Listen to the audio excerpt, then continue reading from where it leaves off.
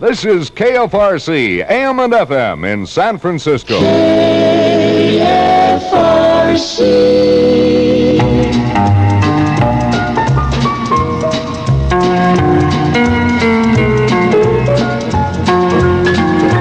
At KFRC and KFRC FM in San Francisco, the time is 11:30. A lot of letters and a lot of phone calls, particularly of recent weeks, for me to either do again or repeat the tape we have with the Grateful Dead. So I thought we'd just play it again tonight. Keep in mind that this tape was recorded a matter of 3 or 4 months ago, and the Grateful Dead has been up to all sorts of things since then. But the comments of Jerry Garcia and of members of the Dead are certainly valid, so let's listen to that. On Perspective tonight, we want to lead off the whole thing by talking to some wild characters called the Grateful Dead. And I should have had you guys on before because you're one of the popular groups around the area. And I've had other groups, and I said, okay, who's sounding good? And they say the Grateful Dead. And I just finally got around to getting you on the show.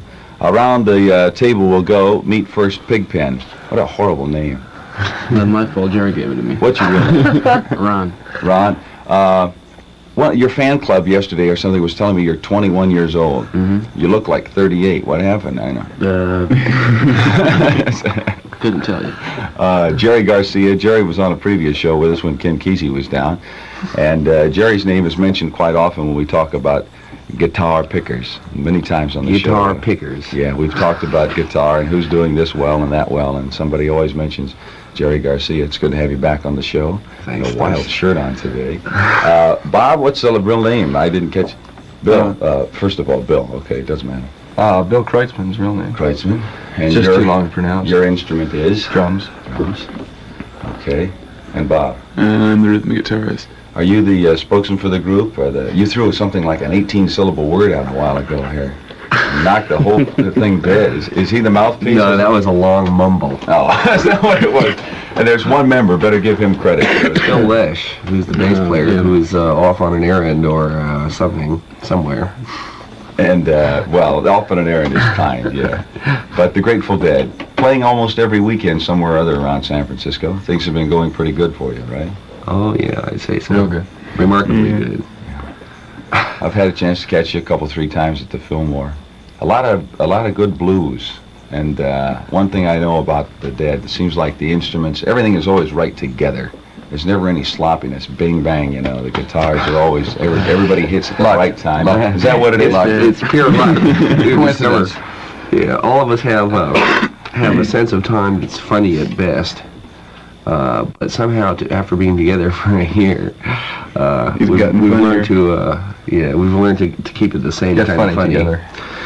Okay, where did the name Grateful Dead come from, and how did the group get organized? Run it down to him. Okay, we were trying to think of a name for the band. Our name was originally the Warlocks, not originally the Warlocks, just the Warlocks. But first it was anyway. The Warlocks was our name. We discovered that there was a band back east or something like that recording under that name. We decided, oh no, we can't have that. We can't be confused with somebody else. So we were trying to think up names, and for about 2 or 3 weeks we went on the usual thing of like coming up with thousands and thousands of very funny names, but none of which you could use, like Vitamin E and the Vivisectionists. Yeah, here now in the reality sandwich.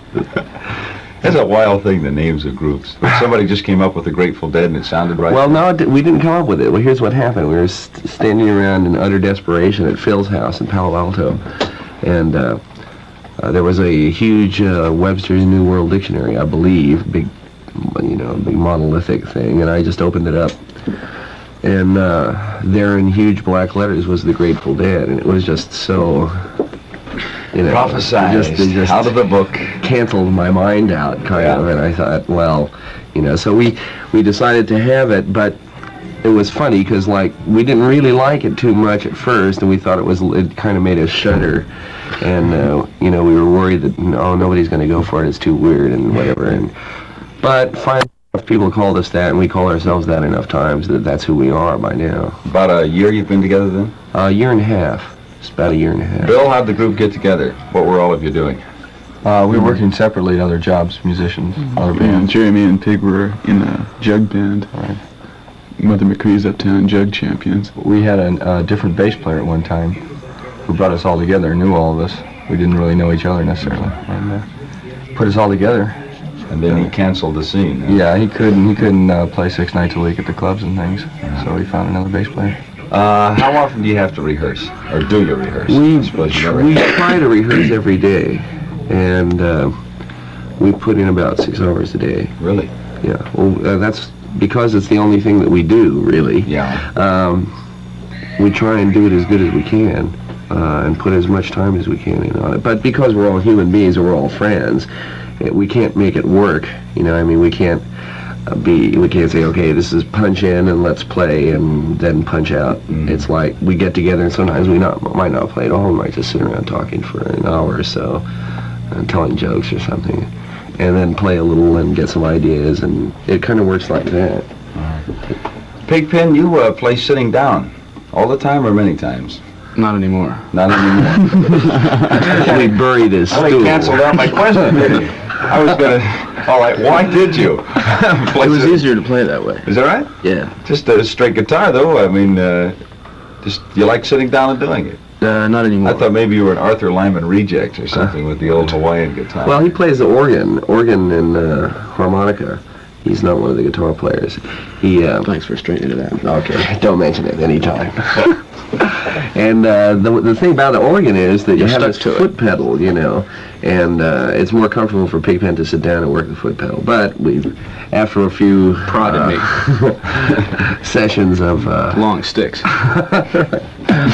we finally convinced him. Then I threw my seat away. Hey, I hear there's something called the Pigpen T-shirt. Yeah. Does that mean you've arrived? You're a star now? Or Well, it's their fault over there sitting down. They there is the instigated fan whole club thing. sitting down in the other part of the room. Yeah. I'll have to get a hold of one of those. Are they in production right now? Or? The Pigpen. Oh, you did. They brought you one today. For you. Is that for me? That's for you. It's fluorescent, no less. Oh, is that lovely? Yes, it is you. I remember the picture now on one of the posters that I think Family Dog did. Didn't he use the same picture? Or somebody? Who knows? I don't know. There's so many posters. Lovely things, too. I'm doing a wall in them right now. Hey, thank you. I'll wear that to, well, I'll figure out somewhere to wear that. Wear it anyway. And I'll reciprocate and give you some of our sweatshirts here at the station. That's kind of a trade out.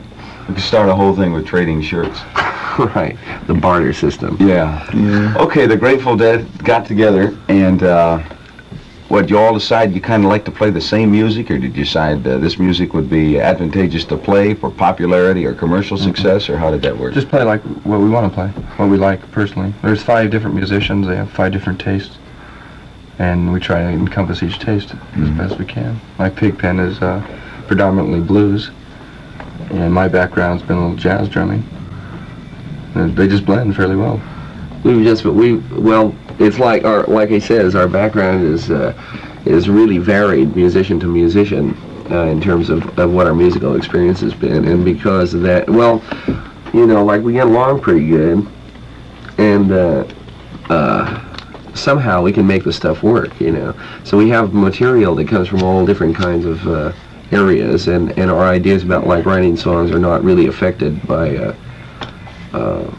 rock and roll particularly, because none of us were really playing that much rock and roll before we got together as a band. And really we've learned how to play our music by being together for a year. And like I wasn't really too much of a guitar player when I started with the band. Well, what I play now on the guitar really is Grateful Dead guitar, because it's grown up with the band. So 5 individual tastes form a whole new 6th thing when they get together. Hopefully. Yeah. You know, that seems to be Some the way it nights works it out. Are you sticking with more traditional blues things? Are you trying more experimental music now? We're going in as many directions as we can go. Whatever we like. Yeah, whatever we like and think we can do pretty well.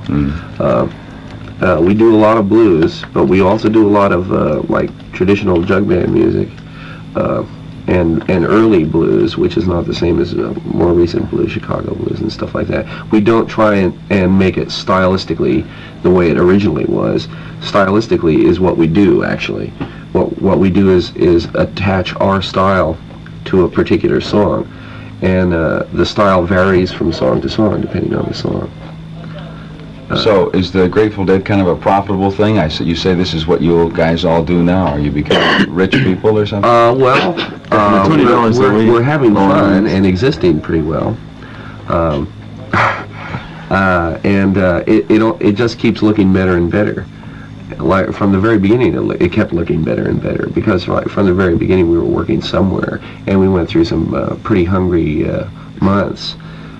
But we also played a lot, and it really helped out. That's really the best way to get a band going, is to just play continuously. Yeah.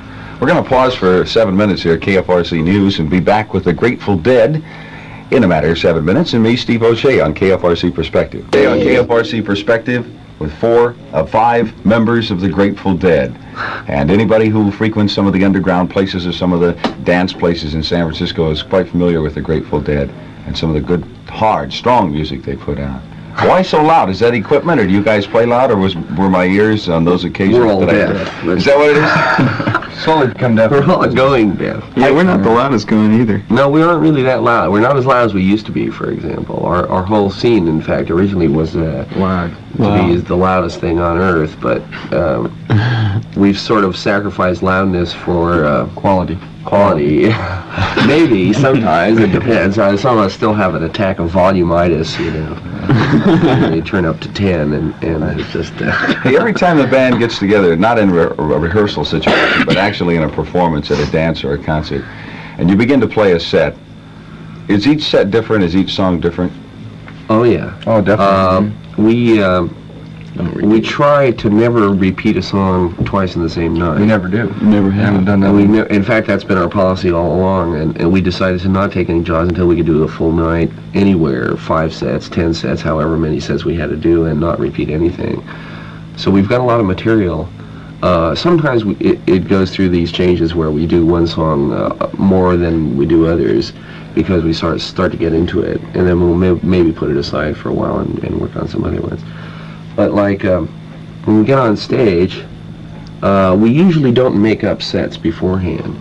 We usually just have our list of songs, our book of material, And on stage we decide what to do because something might seem appropriate at the moment, and we'd rather work off the top of our heads than off a piece of paper. Yeah.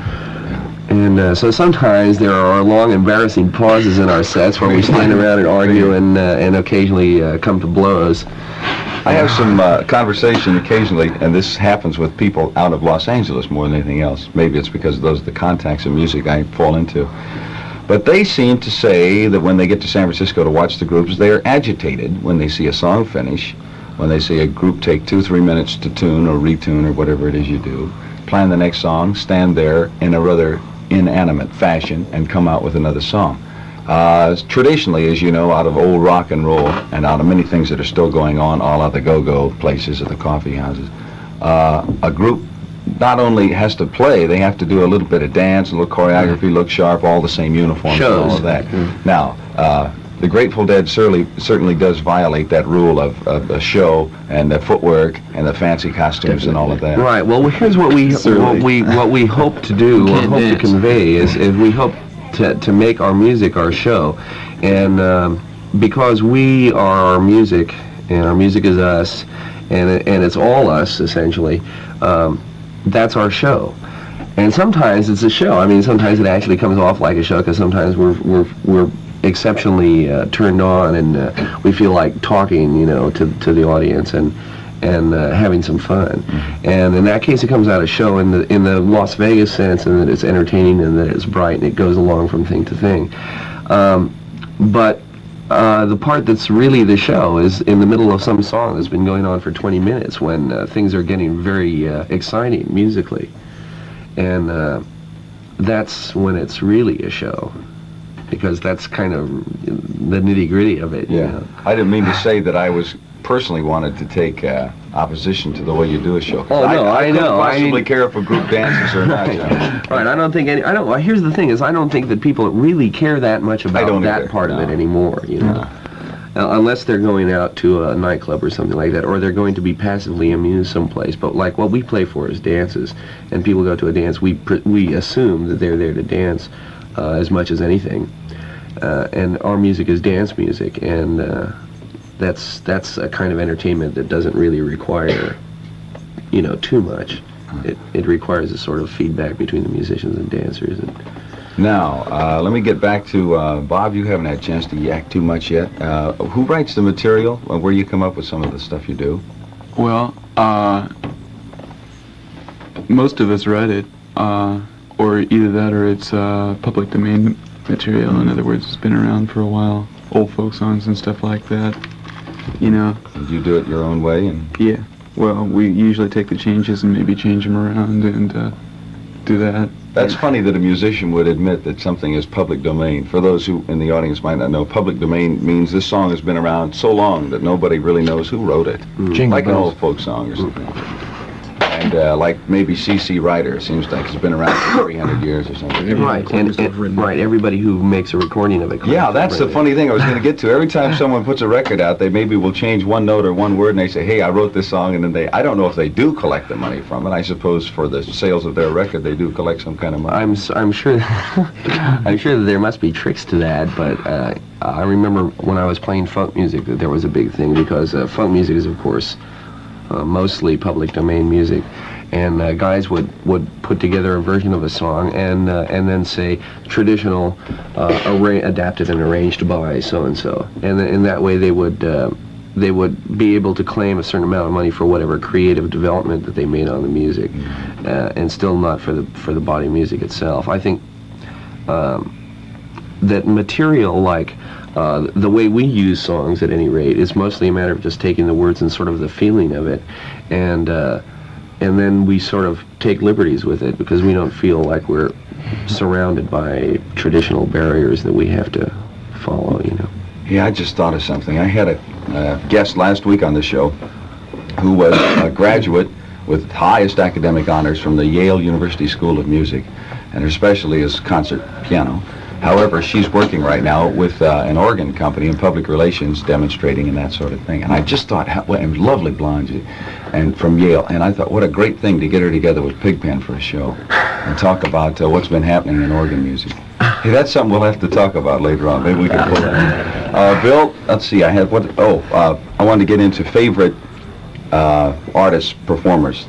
Things that have influenced you guys in your steel. From drums, who would you like in drums, or what what musicians around or ever around have influenced you? I used to listen to James Brown's drummer a lot.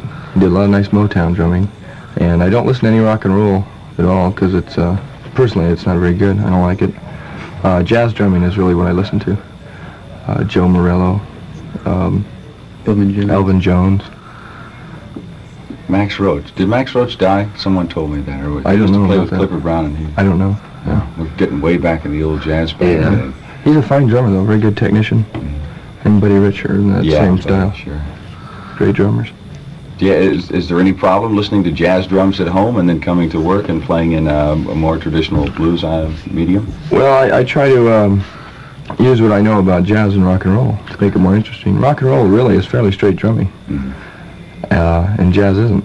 Well, you can't Bill say is that anything but a straight drummer. Yeah, you can't say that there's a straight drumming that's running through this music that we find around the West Coast at all now. No, I The guess. drum is just as dominant an instrument as anything else, I as think far as creative. I think also that people should talk more about drummers. They don't really very much. Yeah, let's hear more. I'll lay it out. Yeah, that's a bad thing. You sit clear in the back. They should talk more about our Bill. Well, like the lead guitarist is always brought out. Of course. There he is. And, maybe because he stands in front of the stage, but I think I've heard some. It's because I'm amazing bigger than drumming. you are. I'm sure that's what it is. Well, but the world picked See what I up. mean? The world picked up Ringo and took Ringo to their hearts, and so maybe there's a chance that something will happen like that. What about the rest of Bill's you? not quite as lovable as Ringo. Bob, what about some of the people that you might be influenced by, other musicians? Oh, I like just about anybody who's good. I like good blues, good country western, good jug band music, good I like good Eastern music, and listen to it all and try to absorb as much as I can from any particular kind of music. You mentioned you were in a jug band previous to the Grateful Dead. Yeah. Tell me something about a jug band. I don't think we've really ever talked about jug bands and what that kind of music means on this show. Oh, well, yeah. Dada. Our jug band was pure anarchy. It was complete and total anarchy. Yeah, watch it.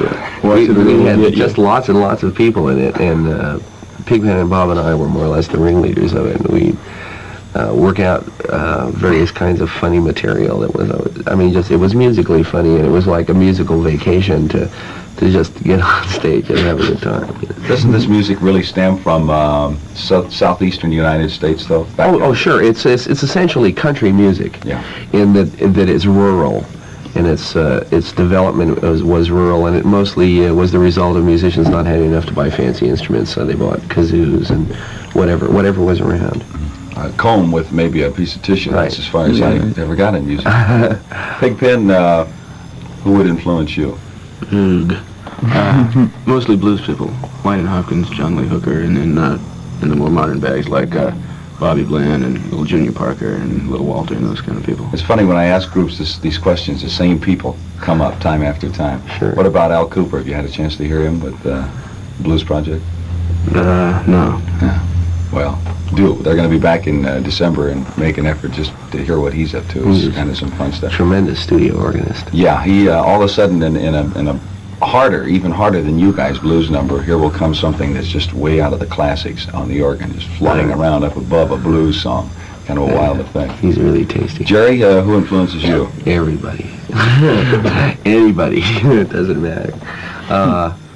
My first guitar influence, when I first started playing guitar, I guess 9 years ago, the first guitar I got, and the first guitar I wanted to get was an electric guitar, and I wanted to play like Chuck Berry more than anything else in the world at that time.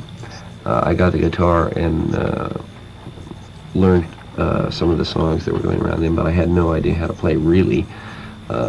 Later on I got interested in folk music, finger-style guitar playing, and then five-string banjo. I played five-string banjo, devoted all my energy to it for about 3 years, and then came back to the guitar when we formed the band. Every kind of music that I've heard turns me on, and I just play what I can hear and what I can remember and what I can learn from records, and I'm really shameless about it. Steal from anybody. Well, that's probably a good thing. Absorb as much as you can and then create on top of that yourself, and you come up with a new thing, which is again what we talked about with the band. The Grateful Dead, seems like things are going pretty well for you. Anything that we should plug ahead, a week or two ahead, anything you want to mention? Gosh. Fillmore? When? Weekend after this? Weekend after this? Sure. Oh, Cotton. Yeah. With Jimmy Cotton. Oh, yeah. Great blues man. That's the big Sunday benefit, is it not? Yeah, he used to Snake? be I wanted to right. mention that, too. Starts at 3 in the afternoon on Sunday next and goes until when? Who knows? And everybody who's interested in blues must see Jimmy Cotton. Yeah, he used to play harmonica His with drummer- Muddy Waters. Right. And his drummer is Sam Lay, who used to be Paul Barfield's drummer. And they're I understand, just a beautiful group. Okay. Good successes to you. When the record comes around, let me know, and we'll see what it sounds like and that sort of thing. Good enough. Thank you for coming by. The Grateful Dead, there they are. Thank you. And Steve O'Shea on KFRC Perspective. Big hit now.